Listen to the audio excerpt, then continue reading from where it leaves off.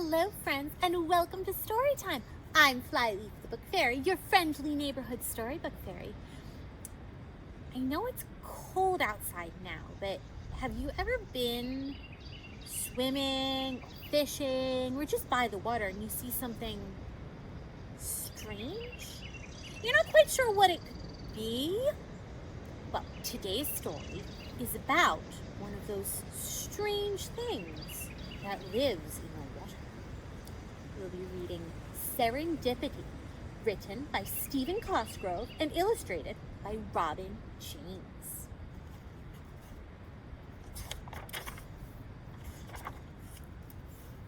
On an iceberg, far south in the Antarctic, sat an egg. It was no ordinary egg, for it was 4 feet wide and 8 feet tall and had a distinct pink shade to it. Have you ever seen a big pink egg? Nobody knew what it was. The penguins and seagulls that lived on the iceberg just assumed that it had been there for a long time, and it probably had. For years and years, the egg sat there, stuck on the ice, but then the iceberg began floating north. The days became warmer. Finally, the penguins and the seagulls all packed and went back to the Antarctic because they liked it cold. The egg was left alone on an iceberg that was slowly melting. One day, a curious thing began to happen. The egg that had sat for so many years in the ice twisted and squirmed, crickled, and cracked, and finally hatched. There, standing on wobbly legs and blinking her eyes in the bright sunshine, was heaven knows what. She was big, pink, and scared. I guess for all practical purposes, you could call her a sea serpent, though she really wasn't. She stood there for a while, just looking at everything there was to see. Suddenly, the iceberg rolled with a large wave, and she slipped and slid right into the water. She began floundering about, trying desperately to stay afloat, but since she had just hatched, she didn't know how to swim. She was making so much racket with her splashing and thrashing that a big fat walrus swam over to see what all the commotion was about. "Who or what are you?" asked the walrus. "I don't know who or what I am," she cried, and with that she flipped herself upside down. She would have drowned right there had not the walrus held her afloat. As quickly as he could, the big fat walrus taught her how to swim. "Well," said the walrus, "now that you've calmed down a bit, let's see if we can figure out just who you are." He slowly swam around her, for she was growing even as he was talking to her. "You're too big to be a tuna, and too small to be a whale. You have no feathers, so you can't be a bird. I just don't know what you are." She began to cry and cry. "I must be somebody. Why, I don't even have a name." "I may not be able to figure out who or what you are, but I can surely give you a name," said the walrus. "From now on, you shall be called Serendipity.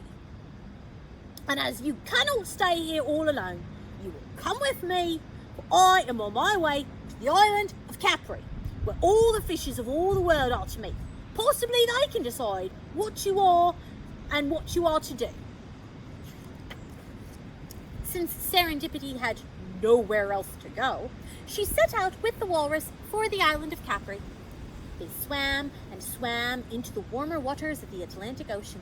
Every day, Serendipity grew just a little bigger until the walrus was constantly swimming in her shadow. One day, as they were hurrying on their way, they heard cries for help just over the horizon. The two of them quickly swam to investigate. There, right before them, was an aging dolphin trapped in a floating net. "How did you get caught into that net?" asked Serendipity. "I was swimming to the island of Capri," said the dolphin, "when a fisherman threw this net upon me.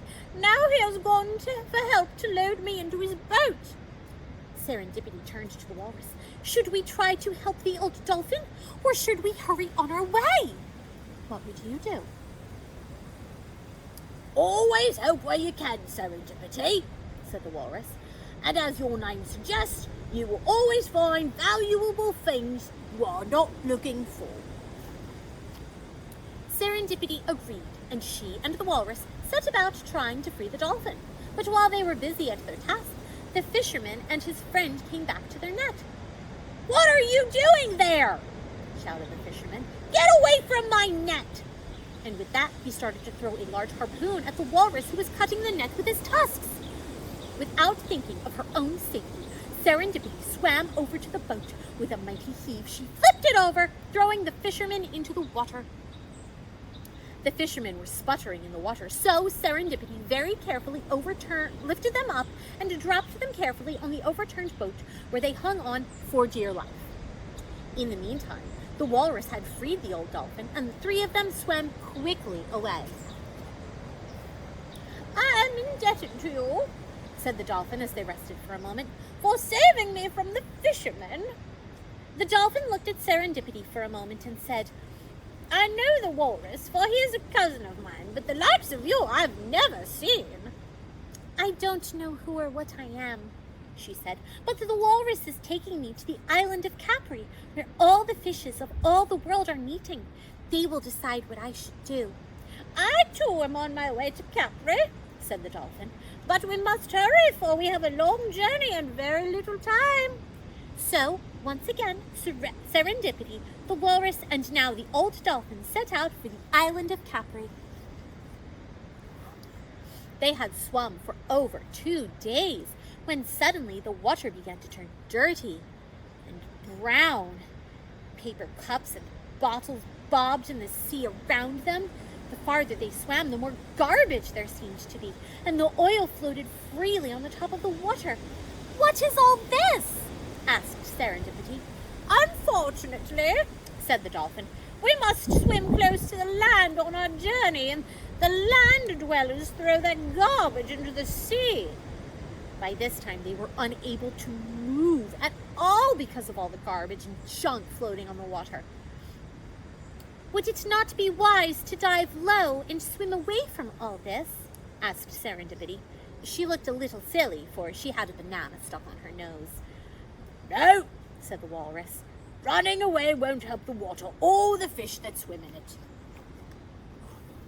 Serendipity, over the past few days, had grown bigger and bigger, till now she towered over the walrus and the dolphin. Because she was so big, she had more garbage and oil on her than the other two put together.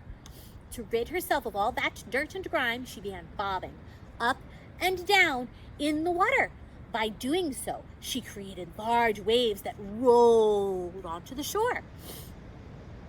Finally, as she took one last dunk, she made such a large wave that it carried all the oil, all the garbage, and all that junk and threw it right up on the shore and on top of all the land dwellers who had thrown it into the sea to begin with. The dolphin and the walrus laughed and cheered to see all that garbage leave the sea. "Oh, Serendipity," chuckled the walrus. "I'm sure the land dwellers will think very hard before they throw garbage into the sea again." With the way clear before them, the walrus, the dolphin, and a proud Serendipity once again set off for the island of Capri.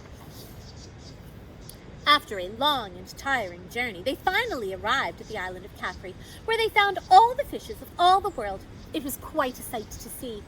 There were giant whales, tiny shrimp, chunky tunas, and slippery salmon, just to name a few. "We must leave you now," said the walrus and the dolphin, "for we have much to do." And with that, they swam away from Serendipity and into the milling crowds of fish. Well, thought Serendipity, I am never going to find out who or what I am by staying here. I must move to the front and ask the leaders of all the fishes. She bumped and pushed her way to the front, and there, to her surprise, was the fat walrus and the old dolphin. "What are you doing here?" she asked. "We are the leaders of all the fishes," they answered. "But why hadn't you told me before? I have come all this way only to find that you were the ones who would tell me who or what I am," she cried. Serendipity, said the dolphin. We encountered many dangers on our trip here, and you overcame all of them. In doing so, you have discovered that you are brave and kind, and that is what you are. As to who you are, said the walrus, you are Serendipity. And like your name, you always gained riches that you did not seek. That is all well and good, said Serendipity. But now that I know who and what I am, what am I to do? As you are now the largest of all the fishes of all the world, said the walrus and the dolphin, we hereby proclaim that you shall be the guardian of all the seas. It shall be your duty to protect the waters of the world from the land dwellers, and to make sure that the oceans stay clear and blue.